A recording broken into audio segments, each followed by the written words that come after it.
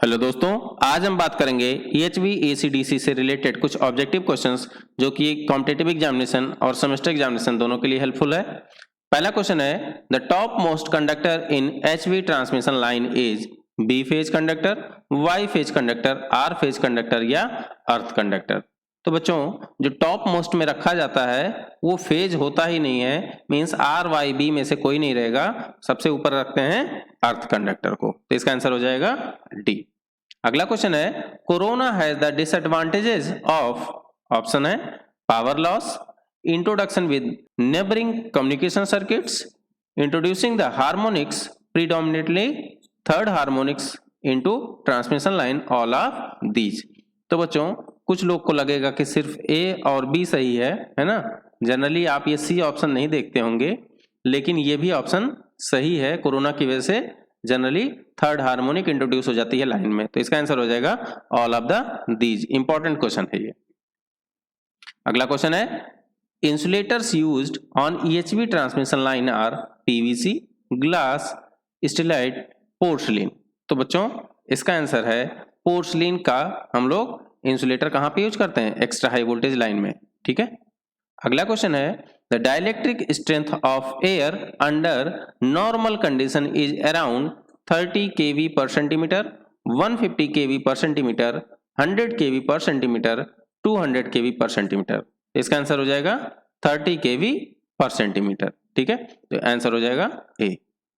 अगला है the insulators used on 220 kV transmission line are suspension type, pin type, cycle type, none of these. तो बच्चों, जो suspension type होता है आपका, ये हम लोग यूज करते हैं 11 kV से 765 kV तक की लाइनों में। ठीक है।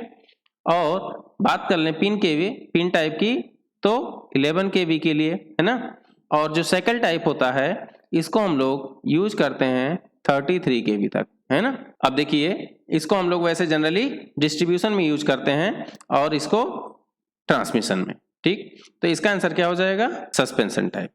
अगला क्वेश्चन है power loss due to corona is directly proportional to radius of conductor, supply frequency, spacing between conductor, none of these. बहुत ज्यादा इंपॉर्टेंट क्वेश्चन है बच्चों।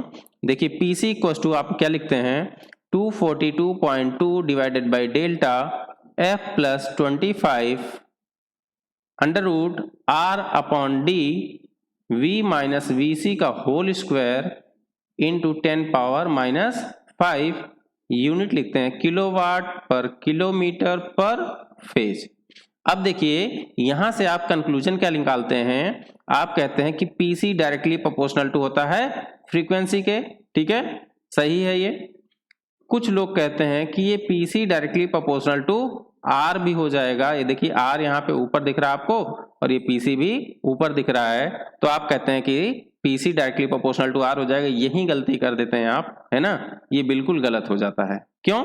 देखिए, ये जो आपका VC होता है ना, ये VC जो होता है, ये डायरेक्टली प्रोपोर्शनल टू R होता है। ठीक, अब जब R बढ़ता है तो VC बढ़ता है। ठीक है, R बढ़ेगा तो VC बढ़ेगा। देखिए, R बढ़ा दिया आपने, अब R बढ़ने से आप कह रहे हैं PC बढ़ना चाहिए, लेकिन जब VC बढ़ जाता है तो V माइनस VC की वैल्यू क्या हो जाएगी? डिक्रीज हो जाएगी, और उसका स्क्वायर भी है। मींस जितना ये इंक्रीज करेंगे आप, उससे कहीं ज्यादा ये डिक्रीज होता है R बढ़ाने से, तो ये टोटल वैल्यू इसकी डिक्रीज हो जाती है। ठीक है, मींस R बढ़ने से PC की वैल्यू डिक्रीज हो जाती है। तो हम कहेंगे R और PC कैसी क्वांटिटी है? डायरेक्टली नहीं है बल्कि इनवर्सली है। ठीक है, तो PC R के डायरेक्टली नहीं होगा, PC inversely proportional to R हो जाएगा। तो देखिए, यहाँ पे आंसर क्या हो जाएगा? रेडियस ऑफ कंडक्टर, तो यहाँ पे गलत हो जाएगा। रेडियस ऑफ कंडक्टर के डायरेक्टली प्रोपोर्शनल नहीं होगा। पहला ऑप्शन देखते ही आप तुरंत यहाँ से फॉर्मूले से लगाएंगे कि ये इसका आंसर ए होगा, जो कि बिल्कुल गलत होगा। तो सप्लाई फ्रीक्वेंसी के डायरेक्टली प्रोपोर्शनल होता है। इसका आंसर हो जाएगा 6 का बी। अगला क्वेश्चन है HV transmission line uses pin type insulator, suspension type insulator, both A and B, none of these. तो अभी बताया बच्चों कि पिन टाइप हमारा 11 kV और सस्पेंशन को 11 kV से लेके 765 kV तक यूज करते हैं। तो हाई वोल्टेज ट्रांसमिशन में हम लोग दोनों की यूज करेंगे, तो इसका आंसर हो जाएगा C, both A and B। अगला क्वेश्चन है corona occurs between two transmission conductor when they have high potential difference, are closely spaced, C carry DC power, D both A and B।